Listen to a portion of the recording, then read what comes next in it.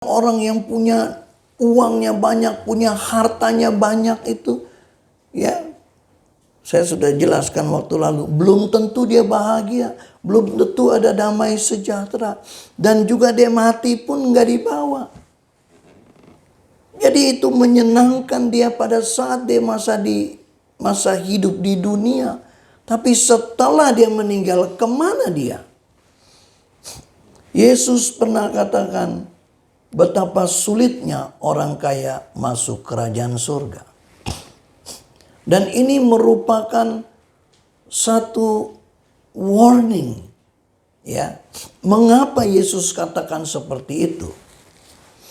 Dia katakan kepada orang muda yang kaya ketika ditanya untuk mengikut Yesus secara ekstrim, Yesus katakan, kamu harus lakukan ini, jangan berzina dan sebagainya. Oke, saya sudah lakukan semua. Oke, satu lagi, apa? Pergi, jualah hartamu dan ikutlah aku. Bingung, karena hartanya terlalu banyak. Untuk dia cukup banyak, dan itu berat sekali untuk dia lakukan itu. Maka Yesus memberikan satu statement, betapa sulitnya orang kaya masuk kerajaan Allah.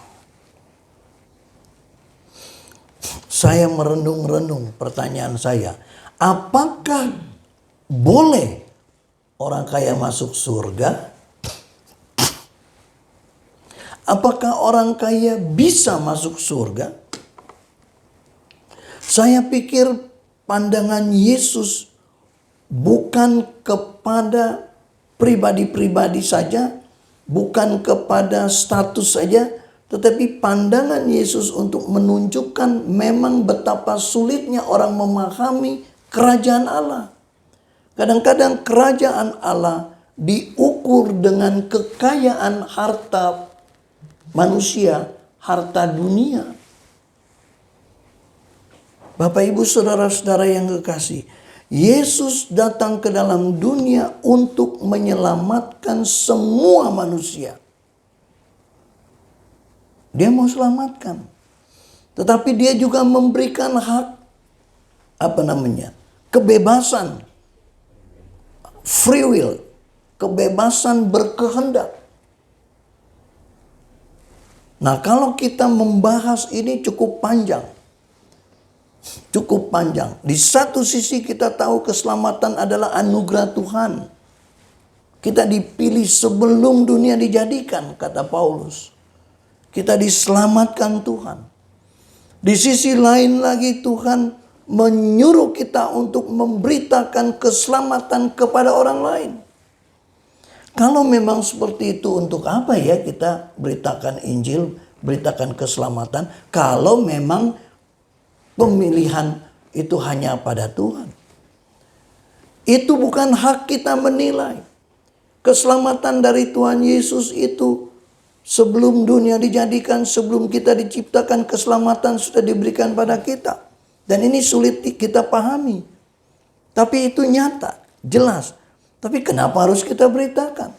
Kalaupun kita beritakan, belum tentu orang bisa percaya dan diselamatkan. Nah, di sini menjadi satu tendensius.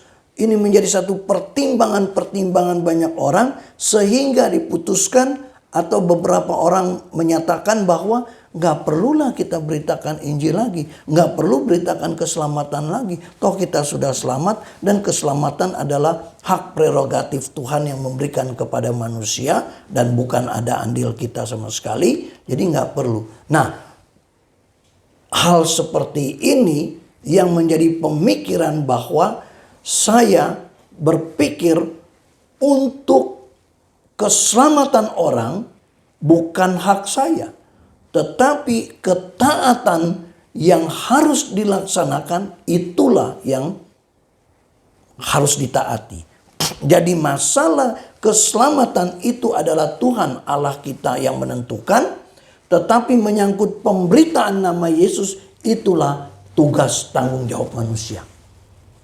Jadi kita memberitakan, Paulus memberitakan hal itu bukan karena dia menentukan siapa selamat siapa tidak. Tetapi dia hanya mentaati perintah Tuhan untuk pergi memberitakan nama Yesus. Itu dia. Nah, kalau Paulus lakukan hal itu secara jelas dan juga dia begitu gencar memberitakan nama Yesus, sementara dia tidak punya hak menentukan siapa-siapa yang selamat. Dan itu tidak penting bagi dia menentukan siapa-siapa yang selamat. Tapi yang penting bagi dia memberitakan nama Yesus kemanapun. Kenapa? Karena itu merupakan tugas, tanggung jawab yang dipercayakan Tuhan kepada dia. Nah, Bapak Ibu Saudara-saudara yang kekasih dalam Tuhan Yesus Kristus. Bagi kita, apa yang harus kita lakukan? Kita sudah tahu bahwa kita diselamatkan. Amin. Lalu apa? Bagaimana kita hidup? Umum orang katakan kita harus hidup berdampak. Lalu pertanyaan saya, berdampak dalam hal apa? Pokoknya berdampak. Ya dalam hal apa? Kadang-kadang orang tahu pernyataan hidup harus berdampak, tapi dia nggak tahu berdampak di dalam hal apa.